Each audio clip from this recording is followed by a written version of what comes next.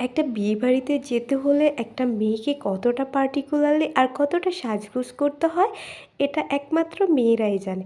তো আমি আজকে একটা বিয়েতে চলে যাই সন্ধ্যাবেলা। তো সেখানে যাওয়ার জন্য আমি কি কি পরেছি আজকে আমি আপনাদের সাথে শেয়ার করব।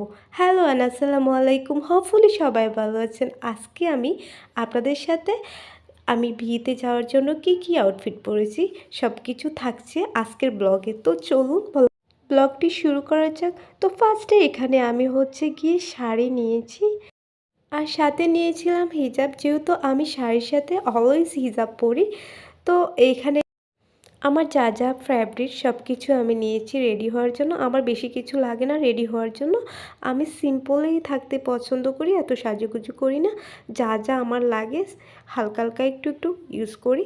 তো সব কিছু ঠিকঠাক করে শাড়ি টাড়ি পরে আমি হচ্ছে বের হয়ে যাই যাওয়ার জন্য। যেহেতু সন্ধ্যাবেলা ছিল বিয়েটা, তো আমি একটা রিক্সা নিয়ে নিই। সেখানে রিক্সাতে উঠে যেতে যেতে বলছিলাম যে ফার্স্টে গিয়ে বউর সাথে পিকচার তুলব। হচ্ছে গিয়ে সেন্টারে ঢুকে যাই, ঢুকে দেখি আন্টি আঙ্কেল ওরা আমাদের জন্য ওয়েট করছিল।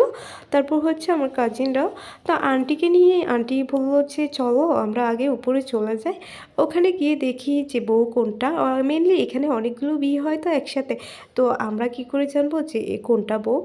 দেন হচ্ছে আমরা আবার নিচে নেমে যাই, নেমে হচ্ছে একজনকে জিজ্ঞেস করি যে কোনটা বউ। তা আবার হচ্ছে উপরে উঠে যায়।